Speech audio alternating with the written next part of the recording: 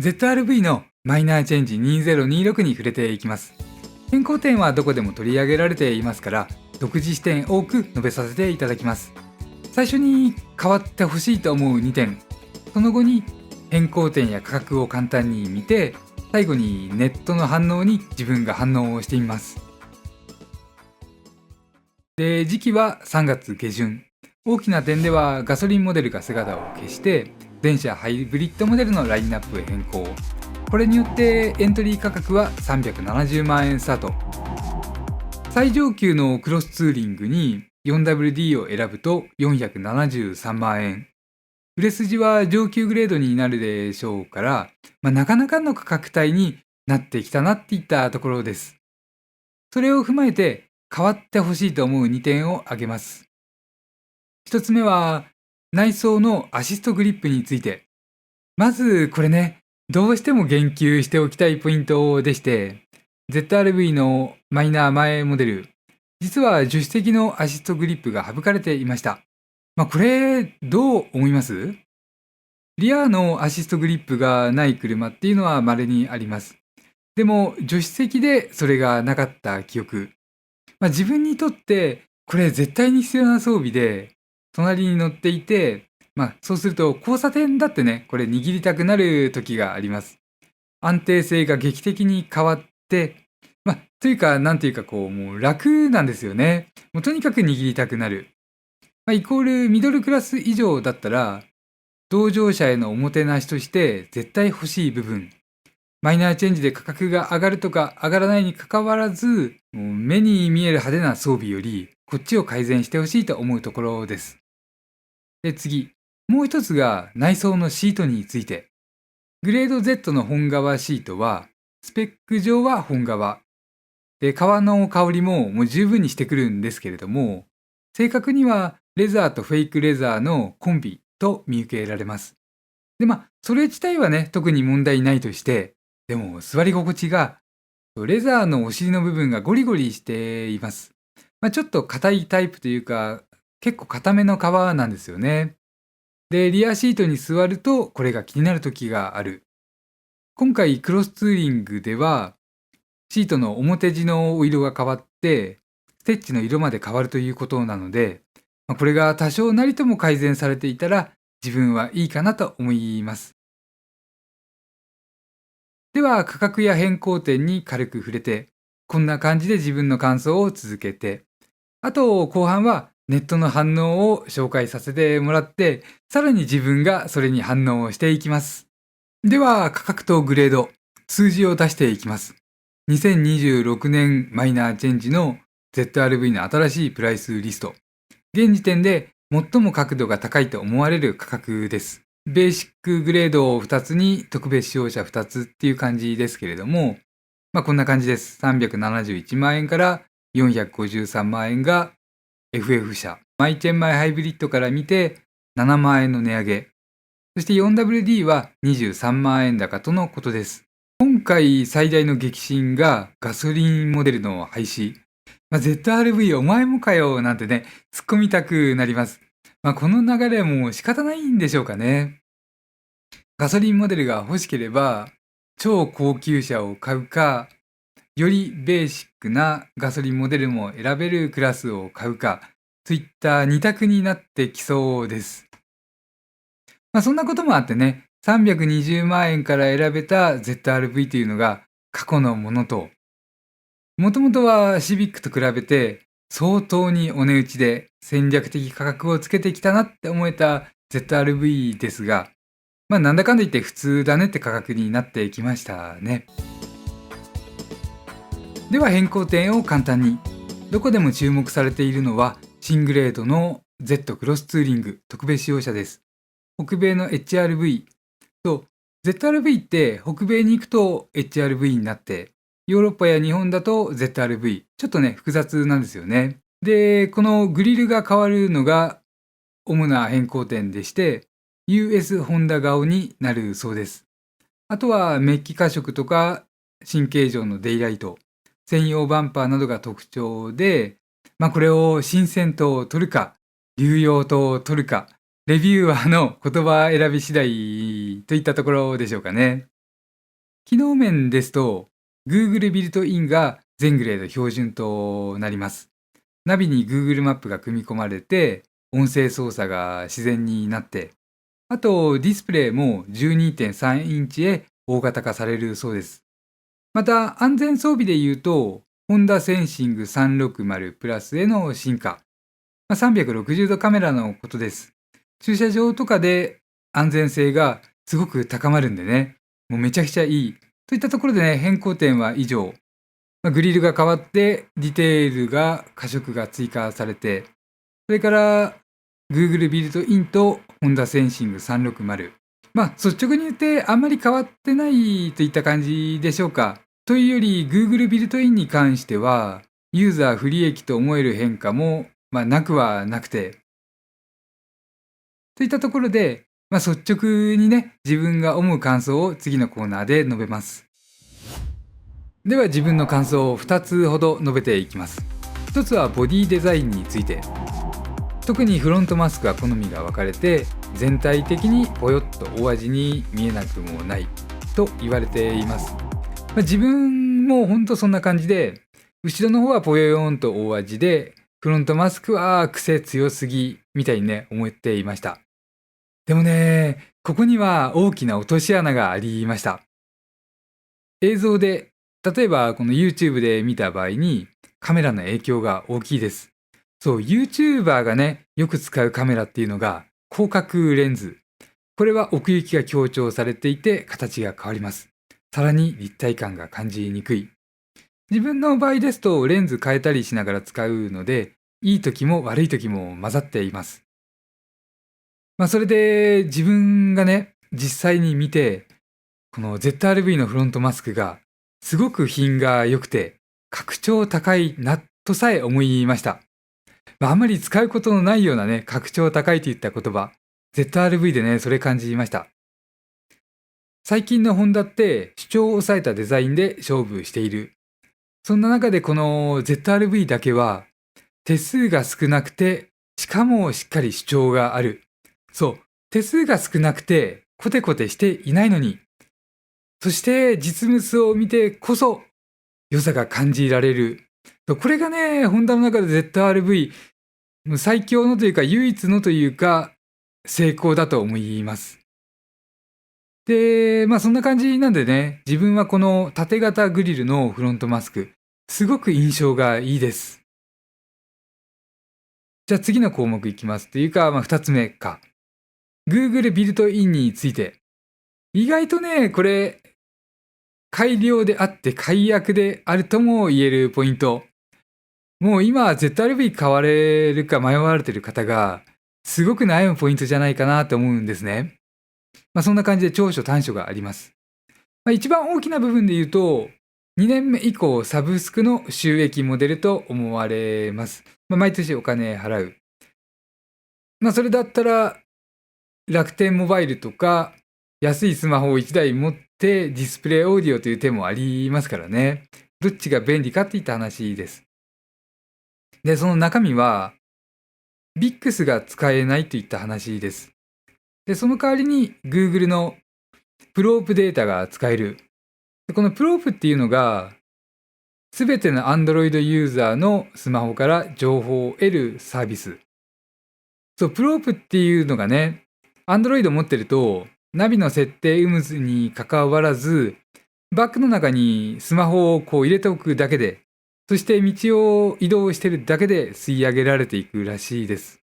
なので、よほどの田舎のない限りは渋滞情報が飛び交っている、みんなで共有しているみたいなイメージ。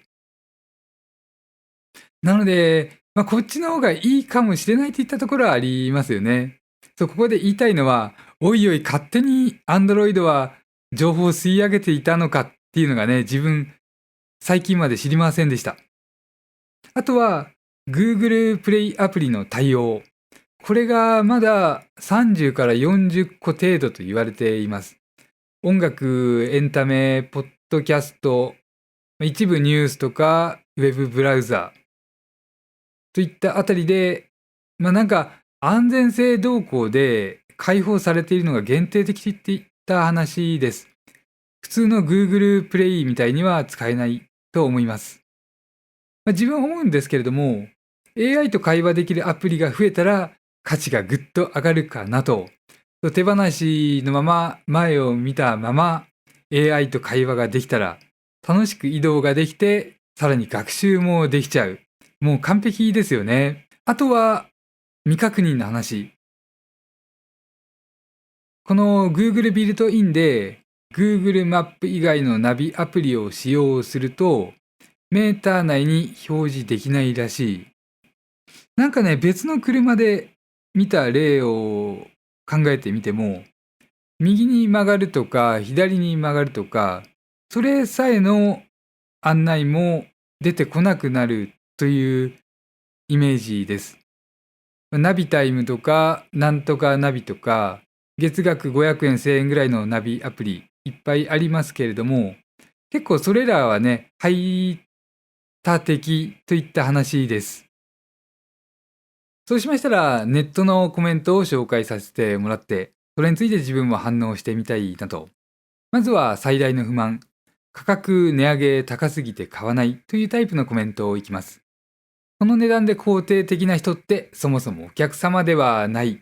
これは気分的な部分が大きいと思います。例えば、キャンペーンが終わって、その終わったのを気づかずに買おうとしたら高かった。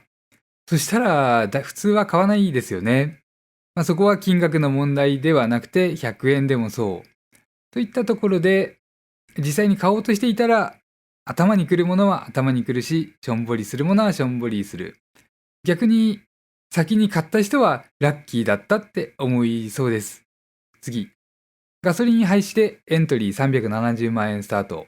旧ガソリン328万円から42万円アップってマジかよ。同じ予算で昔のラブ4を変えていたのに今は小さい車しか無理。この話は選択肢が狭まるといった意味で捉えられます。同じ値段で選べる選択肢が減った。車自体は2025年までのラブ4は ZRV と同じサイズの車です。クラス的にも C セグメントと言われるような、日本で言ったらミドルからミドルアッパー、世界的に言ったらミドルコンパクトといったサイズです。次。発売3年で4回値上げ、最大40万円超え。ZRV オーナーだけど、マイチェーンでまた上がるならもう買い替えない。そうですよね。これもやっぱり気分的な部分ですよね。ホンダ好き、ホンダ信者から見ても、今回は買わないみたいな話でしょうか。ただ3年前に登場した ZRV で4回値上げ、これごとに買い替えてるというのはなかなか考えにくいですから、もしかしたらエアオーナー様かもしれないです。じゃあ次。473万円でハリアー並み。シビック EHEV の上位と被る価格帯。走り重視ならシビック買うわ。自分ぐらいのレベルですと、ZRV でもね、走りいいなっていう風に走れることができますけれどもね。どうしても無理なのは、低く座って気持ちよく走る。地面に吸い付くように走る。これはシビックでないと無理。あと、今だったらサンルーフかな。乗り味としては、まっさらな新車同士を比べると、全然乗り味違ったというのを経験していますけれども、1万キロ、2万キロいっちゃうと、すごく同じ足の動きと感じました。つまり、同じ車感っていうのはやっぱりあります。前や後ろから聞こえてくる静粛性の音質としても一緒だったりね。では次。お客様いなくなるってホンダも分かっているはずなのになぜ値上げラッシュ続けるのか。ビジネスですから最大限の利益を得るためにはどうしたらいいというのを考えてるわけですよね。詰めていけば少量生産で高額な車を固定客にのみ売る。生産規模も縮小して、いいねで買ってもらえる。これが理想なんじゃないかな。宗教的とも言えますけれどもね。最近の AI テック企業などで調べてみると、わかりやすいと思います。いずれは AI もこうなっていくと思われます。次。値上げの理由、原価高騰等はわかるけど、変更内容がしょぼすぎて納得いかない。肩透かし。変更内容が良ければ、じゃあ高くてもいいのかっていう話ですけれども、自分は選択肢が狭まるといったところから見ると、内容じゃないかなと。やっぱり同じ値段で小さな車から大きい車まで選択の自由度が高い方が嬉しいです。内容を上げるっていうのはね、抱き合わせ商法に近いものもあるので、オプションにせよ何にせよ選択肢が増えた方が嬉しいかなと。そしたら次。グレード Z を狙っていたのに受注停止。結局高いクロスツーリングを勧められた。値引きも渋いし、これならハリアーや CX60 に手が届いちゃうよ。これね、実は隠れたポイントで、特別使用車って条件が渋いことが多々あります。一見お得に見えてそうではないといったところがあって、じゃあ通常グレードでいっぱい値引きしてもらえるのかといったら、最近の傾向だと、お得感の高くなりそうなグレードは受注停止扱いになることがある。ベースのグレードを受注停止にしちゃうということがね、最近見受けられます。そうすると、同じ値段で最大限の見返りというか満足度を得たければ、一クラス上というか高額な車に選択肢を変えるという手もある。CX60 は新しいプラットフォームに新しいトランスミッション、そして縦置きの後輪駆動というスペックだけで一クラス上みたいなところありますから、燃費の点で問題なければそういう選択肢もよろしいかなっていうところでしょうね。では次の項目、ガソリンモデル廃止への反応。ガソリンターボ廃止でハイブリッド一択。加速のキレが良かったのに静かすぎてつまらなくなるんじゃ。これは自分は自信持って言えます。ガソリンモデルの方が静かです。市街地では間違いなくわかりやすいし、加速してる時もターボの静粛性向上効果ってすごく大きいんですよね。効率いい回転数でガンガン回すハイブリッドとはちょっと違う。で、逆に加速のキレ。ガソリンターボはターボエンジンが苦手な回転数を使いたがるような CVT をしていまして、あんまりね、キレ良くないです。キレが良くなるのは6000回転とか高回転に行った時、もうターボ車じゃないようにそこで加速力を増す。ホンダらしいところがね、ありました。つまり逆だと思います。その次。ハイブリッド専用化で燃費22キロマイリットル超えはいいけれども、維持費トータルで得する？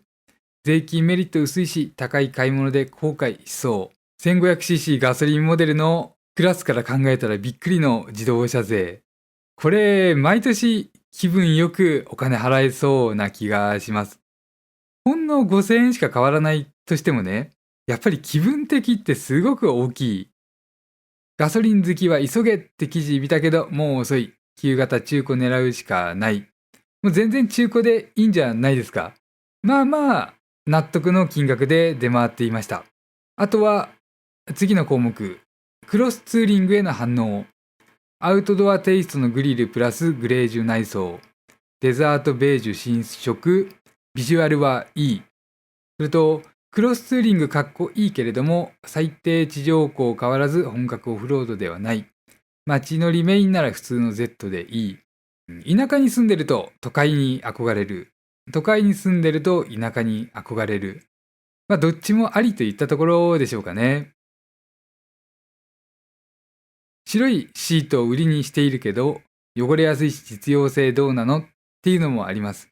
これはジーンズの色がインディゴブルーがついちゃうなんていうのもありますけれども、いつでもってわけじゃないですよね。革って湿気に強く、また温度にも強い。でも湿気と温度変化と、これが両方合わさると弱い。雨の日に急激な温度変化かつシートでゴシゴシこすっちゃうとぐらいの感覚でしょうか。で、次。クロスツーリング473万円で、ラブ4のベーシック450万円とほぼ一緒。どっち買うって。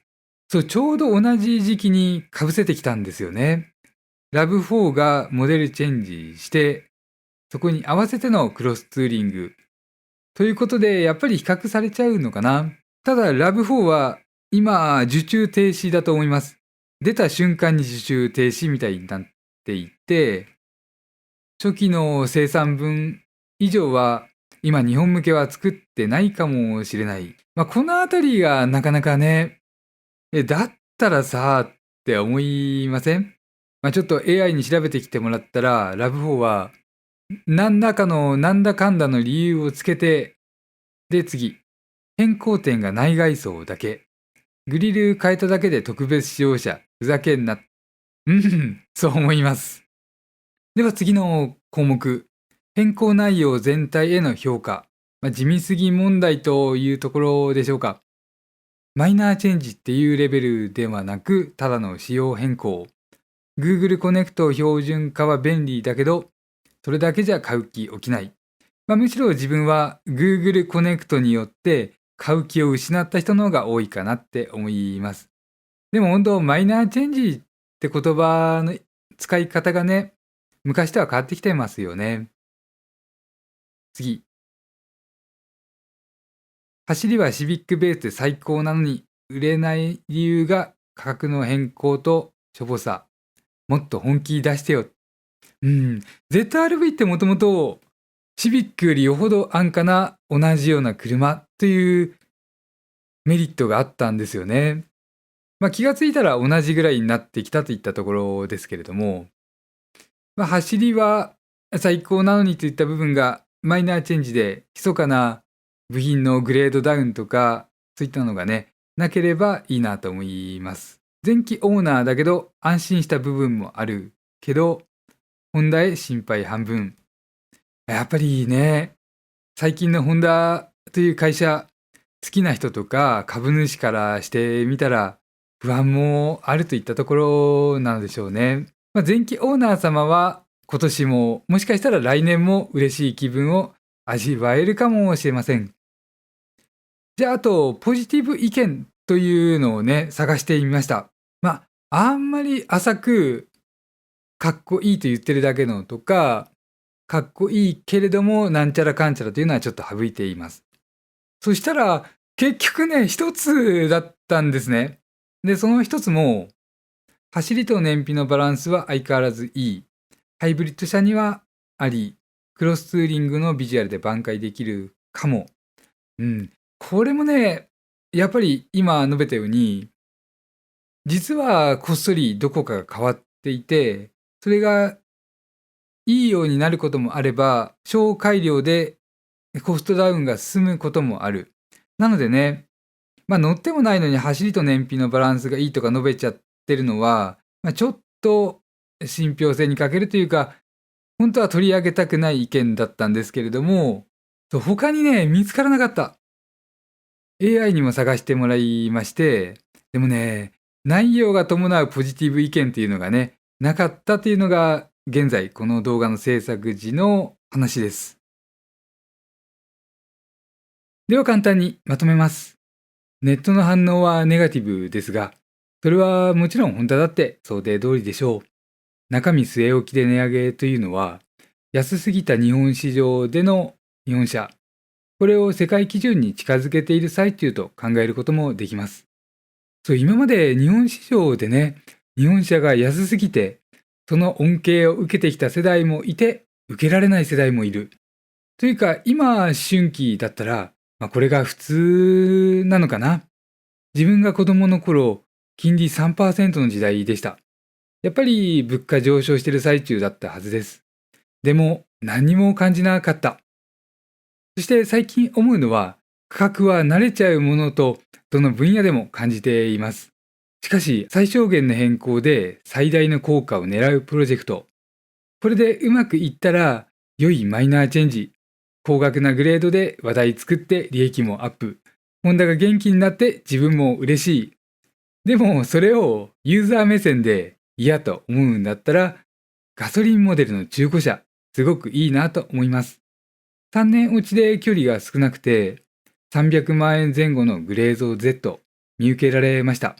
塗り味どうなのよっていう部分は、このチャンネルで ZRV の動画アップしていますし、近いうちに総合レビューをまとめる予定です。以上、間違いいっぱいの自動車選び、ヒラリー男爵でした。